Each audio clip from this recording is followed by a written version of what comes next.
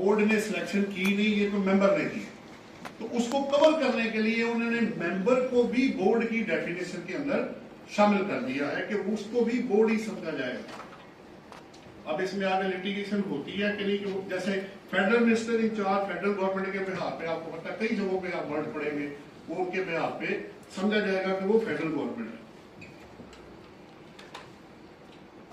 Section 2 का clause आगे 8 था। चीफ कमिश्नर जी, चूंकि अभी बात हो रही थी इन्वेस्टिगेशन की, तो वो चीफ इन्वेस्टिगेटर है, उसको भी चीफ कमिश्नर की डेफिनेशन के अंदर डाल दिया गया। सरचार्ज जी, आपको पता है इस दफा 2-3 पॉइंट्स है इसके अंदर। वो ये है कि अगर आपकी टोटल टैक्सेबल इनकम 10 मिलियन से एक्सीड करेगी तो आपको 10% जो सरचार्ज होगा वो पे करना पड़ेगा। अच्छा, अब इसमें क्वेश्चन 2 जो मेन चीजें है वो इसके अंदर ये है। पहले तो सेक्शन 4A भी है जो इंसर्ट किया गया है, नंबर 1।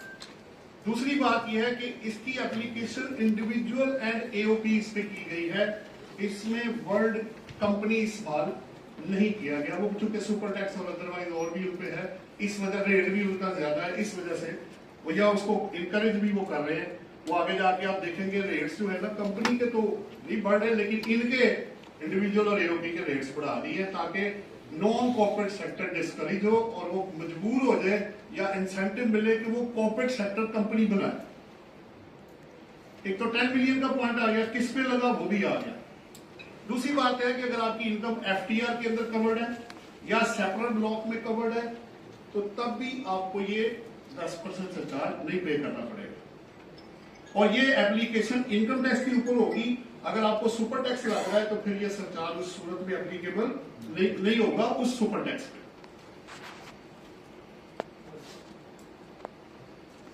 बिल्डर एंड डेवलपर जी, इस पे तो बहुत सारी बहस हुई है, तो पहले से हो रही है। एक्चुअली इशू ये है कि ये हुआ क्यों है, थोड़ा सा मैं 1-2 मिनट आपसे लूंगा। हो ये रहा था कि बिल्डर और डेवलपर क्या कर रहे थे, तो वो एडवांसेस फ्रॉम कस्टमर शो करी जा रहे थे। प्रॉफिट 1 रुपए का नहीं, 1 अरब रुपया एडवांस देना। देखने वाला परेशान, भाई 1 अरब रुपया आ गया, मुझे कुछ मिला ही। तो फिर पहले आपको याद होगा कि एरिया बेस्ड टैक्स इसको लगाया गया अंडर डी, जो लोगों ने अवेल किया, लिया या नहीं लिया वो उसकी चॉइस थी, नंबर 1। फिर एडवांस टैक्स आ गया इसके अंदर, वो भी उन्होंने एरिया बेस अभी फिक्स किया हुआ है, वो अलग है, वो अब एरिया बेस अपनी जगह पे। अब उन्होंने एक नया कॉन्सेप्ट इंट्रोड्यूस करवा दिया है कि अब उन्होंने डीमिंग इनकम का कॉन्सेप्ट डाल दिया कि अगर आप बिल्डर और डेवलपर की डेफिनेशन में चले गए तो उन्होंने उसका टैक्सेबल प्रॉफिट है, सॉरी रिसीट है, वो उसका टैक्सेबल इनकम निकलेगी। नंबर 2, अगर आप पहला आपका जो है वो बिल्डर है और दूसरा आपका डेवलपर है, और तीसरा अगर बिल्डर और डेवलपर दोनों ही हैं आप तो फिर वो 12% हो जाएगा। सो 10% बिल्डर के लिए, 15% डेवलपर के लिए और 12% दोनों के अगर आप काम कर रहे हैं, यानी या बिल्डर कम डेवलपर भी है या डेवलपर कम बिल्डर भी है, तो फिर 12% आपका टैक्सेबल प्रॉफिट होगा, नंबर 1। फिर उन्होंने ये कहा कि एक सवाल आया, हमने ये सवाल किया, क्या इनकम टैक्स ऑर्डिनेंस किसी बंदे की इनकम डिटरमाइन कर सकता है? क्या वो बताएगा कि इनकम कितनी होगी? बिल्कुल है नहीं। इनकम की डेफिनेशन में डीम्ड इनकम भी शामिल है, आप जाके पढ़ लीजिएगा। नॉर्मल टैक्स रिजीम की इनकम, फाइनल टैक्स रिजीम की income, loss of income, dimming income, वो सब कुछ इनकम की डेफिनेशन में शामिल है। तो इट मीन्स के वो कर तो सकते हैं, लेजिटिमेट राइट उनके पास है। अब ये इनकम के प्रिंसिपल, पहले तो ये किसी हेड ऑफ इनकम में नहीं जाएगा, और दूसरा ये प्रिंसिपल किसी और इनकम पे अप्लाई नहीं किया जाएगा। बाकी आप उसी तरह ही निकालेंगे जिस तरह आप कर रहे हैं। कैसे? Sale minus cost of sale, advance selling financial expenses minus करें, actual profit and loss account आप बना लें, और एड बैक करके जो भी इनडिविजिबल है वो आप निकाल लें। अब आगे बारी कि भाई अब मुझे क्रेडिट किस प्रॉफिट का मिलेगा, ये ये इसमें थोड़ा कमेंट करेंगे आप कि देखें ये जो बिल्डर एंड डेवलपर की टैक्सेशन में बड़े अरसे से फंसी है, इसको भी रास्ता नहीं निकल रहा है कि भाई वो इनकम डिस्टर्बेंस कैसे करें। कास्ट काबिल कर हो रही होती है, प्रॉफिट कारोबार आता है, एडवांस मैं आता हूं सर। मैच ही नहीं करते। मैं सर तो ये कुछ बेहतरी नहीं हो जाएगी? नहीं, बिल्कुल बिल्कुल बेहतरी होगी। अब देखें ना, अब इश्यूज जो है ना वो असल में पता क्या है, कुछ लोगों को शायद पता नहीं कि section 36 already available, stage of completion base पे इनकम टैक्स लॉ में सेक्शन अवेलेबल, वो बताता है कि आप अपनी स्टेज ऑफ कंप्लीशन से इनकम निकालें।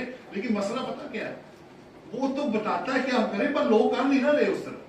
मैंने अभी आपको बताया एक बंदे का 1 billion rupees advance from customer है, वो स्टेज ऑफ कंप्लीशन को मान ही नहीं रहा, वो शो ही नहीं कर रहा। वो कहता जी एडवांस है, मेरी लायबिलिटी है, जब मैं जमीन बेचूंगा, प्रॉपर्टी के साथ बिल्डिंग बनेगी, तब मैं आपको इनकम ऑफर करूंगा। वो तंग आके उन्होंने कहा यार ये क्या मुसीबत है, 1 अरब रुपया एक बंदा लेकर बैठा हुआ है, 1 रुपया टैक्स नहीं वो दे रहा। आप सोचे कि किस तरह टैक्सेशन ऑफिसर के हाथ बांध दिए उसने, वो कारी कुछ नहीं सकता। तो मजबूरन पहले फिर उन्होंने एरिया बेस्ड टैक्स लगाया। आप एडवांस टैक्स जाके चेक करें, 147 के अंदर अमेंडमेंट हो चुकी है, वहां पे जो टैक्स आपका एडवांस टैक्स बिल्डर और डेवलपर पे करेंगे वो एरिया बेस्ड टैक्स है। क्योंकि मेरे पास एक हाउसिंग स्कीम है, इसलिए मुझे जुबानी याद, एडवांस टैक्स की कंप्लायंस हो रही है वहां पे, नंबर 1।